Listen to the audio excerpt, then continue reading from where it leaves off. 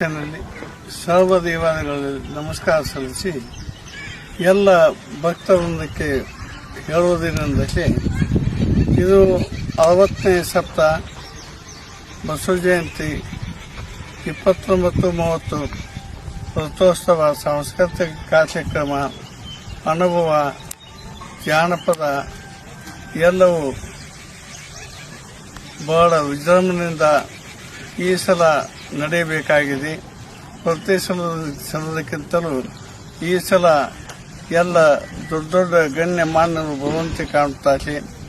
ಶ್ರೀಶೈಲ ಗುರುಗಳು ಬರುತ್ತಾರೆ.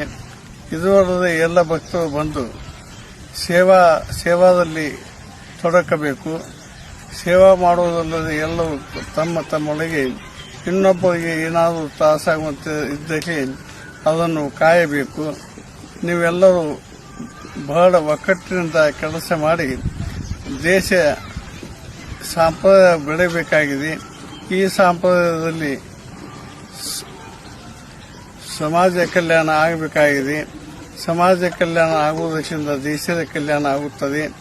ಅದಕ್ಕಾಗಿ ನೀವೆಲ್ಲರೂ ಬಹಳ ಪ್ರೀತಿಯಿಂದ ವಾತ್ಸಲ್ಯದಿಂದ ಕೂಡಿ ಈ ಸಮಾಜ ಸತ್ಯ ಸಮಾಜವಾಗಿ ಕಟ್ಟಬೇಕಾಗಿದೆ. ನೀವೆಲ್ಲರೂ ಒಂದು ಕೂಡಬೇಕು.